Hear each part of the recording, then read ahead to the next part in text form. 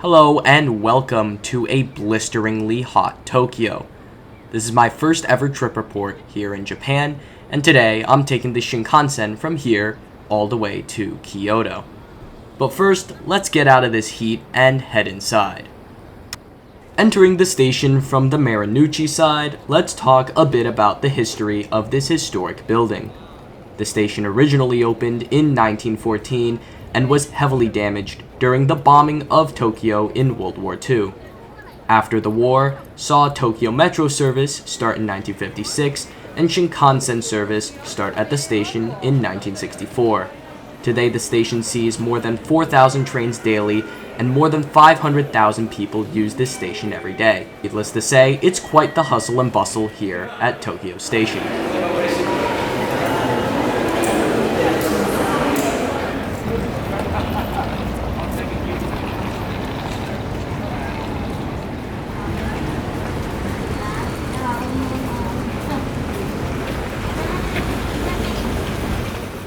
One thing I found quite strange was an absence of a main or grand hall here at Tokyo Station. Coming from a Westerner like me, who's used to seeing main halls at stations like Grand Central in New York, Boston's South Station, or heck even Taipei, it really surprised me that in contrast, Tokyo Station seemed more like a maze of hallways with smaller halls strung together.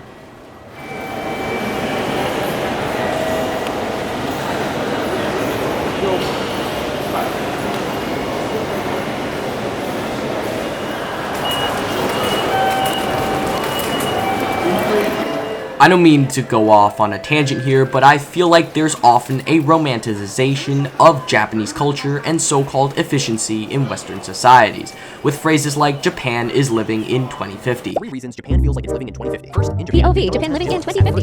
Touchless gloves. Stop pouring beer. And while yes, some parts are real impressive, I feel other parts of Japan could really learn from other countries. A great example of this is the debacle I went through just to get these Shinkansen tickets. In most countries, a simple Google search and online payment would do the trick, but the website for the Shinkansen just didn't want to cooperate, and what ended up happening was that I had to get these tickets in person at the station. I can go on and talk about Japan's public Wi-Fi, and the fact that they're mostly a cash-based society, and the whole faff with Apple Pay and the Suica card, but like I said before, I'm not trying to go on a tangent.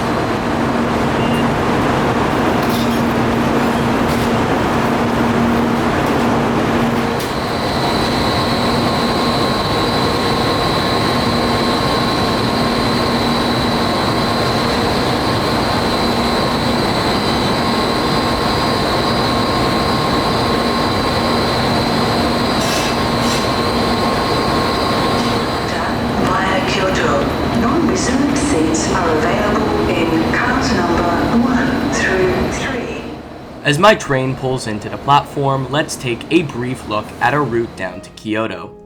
At 450 kilometers, this trip will take 2 hours and 8 minutes to complete with my train, a Shinkansen Nozomi service, making 3 intermediate stops.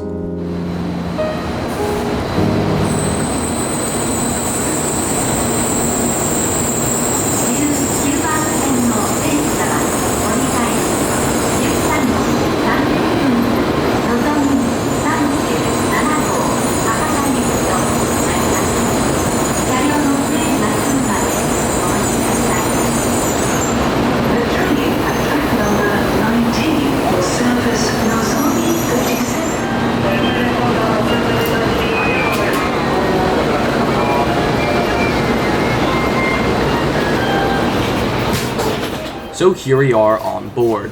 Standard class on board the Shinkansen is in a 2+3 configuration, kind of a standard you see on the lowest class of service in a lot of Asian high-speed rail trains. My seat today is seat 11E, a window seat.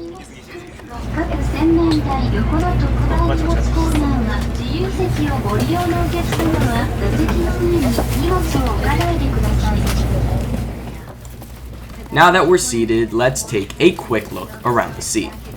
Legroom in standard class is pretty good.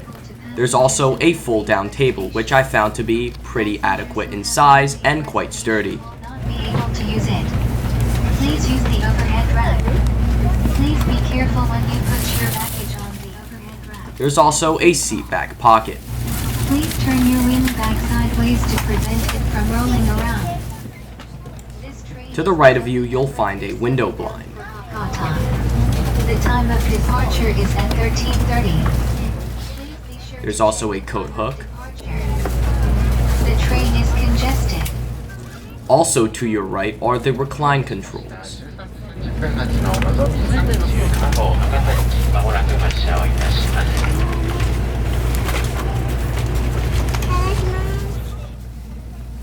Comfort-wise, the seat was fine. It was well padded, but it wasn't really going to win any awards for comfort either. Keen-eyed viewers might already spot the similarities between the seat and overall interior of this train to standard class on Taiwan high-speed rail. This is because the trains used on Taiwan high-speed rail are based off the Shinkansen design, specifically the 700 series.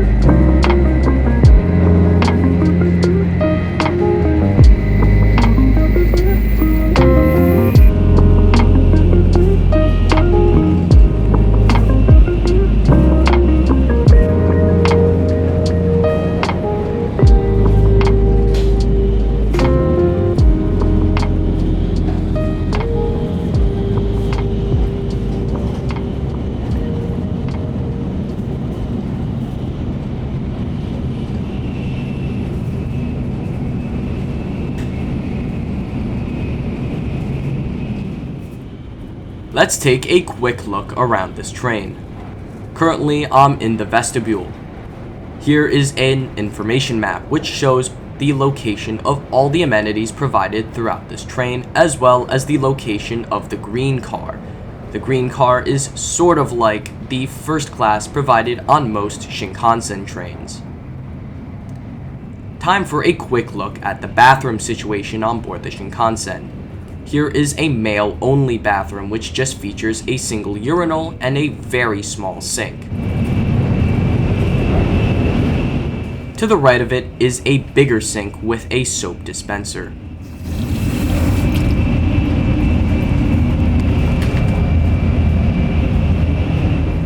Then to the right of that are some luggage racks.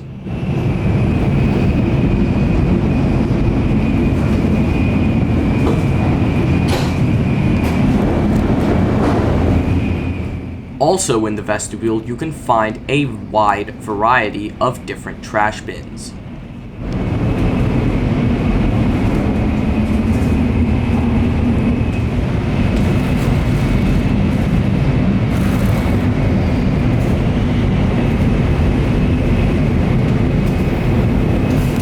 Unfortunately, the day I filmed this video, I didn't get the best amount of sleep beforehand, because after filming this shot, before I knew it, I was in Kyoto. So I'll take this time right now to summarize my first experience on board the Shinkansen. Firstly, let's get the negatives out of the way. The whole ticket situation is an easy fix. I just think the website needs to be updated somewhat. As for the positives, this trip was really efficient. No security lines, no traffic, just a quick and easy trip taking around 2 hours from point A to point B. Nothing surprising me, both good or bad. Which I think is what a good train travel experience should be like at the end of the day. And that I can say the Shinkansen does extremely well. As for pricing, for one person, the price for a reserved seat in standard class is about 14,170 Japanese yen. Honestly, comparing this to other high-speed trains I've been on, this is pretty average, if not quite reasonable. All the more reason for me to recommend the Shinkansen.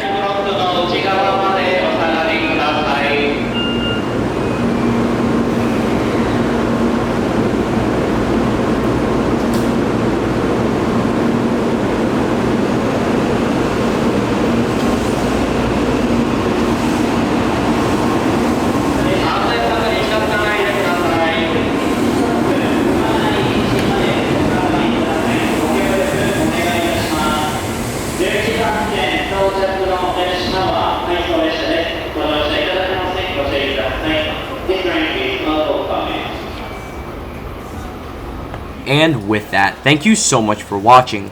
I hope you enjoyed the video, and don't forget to subscribe. This is the 4905 here, and I will see you next time.